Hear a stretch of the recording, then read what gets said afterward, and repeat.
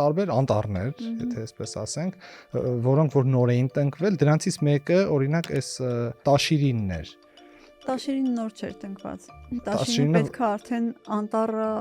երևար։ Սաղարթախիտ անտառն էր։ Երբ է այստեղ ծառատունկ 20 թվականին էր տնկված, արդեն 5 տարի էր անցել, պետքա որ արդեն ծառերը մասսայական երևային։ Որը մնացել էր երևում էր, իհարկե, դա քիչ մաս էր մնացել շատ։ Պետքա, այսինքն մի քիչ տարածք էր առանձնացվել, ծառատունկի ցանկապատվել էր, դա անտառի բուն անտառապատ տարածքից հեռու էր։ Չէ, ինչ որ մասից կարող էր փեշ դառնալ, բայց բավական հեռու էր այդ պահին, այո, առանձին տարածք։ Չոլի մեջ դրել էին։ Այդքան չոլ չէր, չէ, տաշիր որ մտնում ես Երևանից գնալիս ձախ կողմի վրա, մի քիչ խորանում ես հետ տարածք էր, արոտավայրի նման տարածք էր։ Որը որքանի հեկտար էր, կհիշես։ 20 կամ 30 կարող եմ սխալ հիշեմ, 30։ Այս 30 հեկտարը ցանկապատի մեջ էր վերցված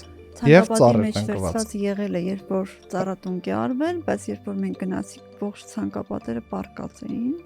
ցանկապատ մեծ մասում չկար եւ երկու առանձին նախիներ ամբողջությամբ այդ տարածքի մեջ արածում էին, այո։ Այդտեղ ինչ ծառեր էին տնկել։ Տարբեր։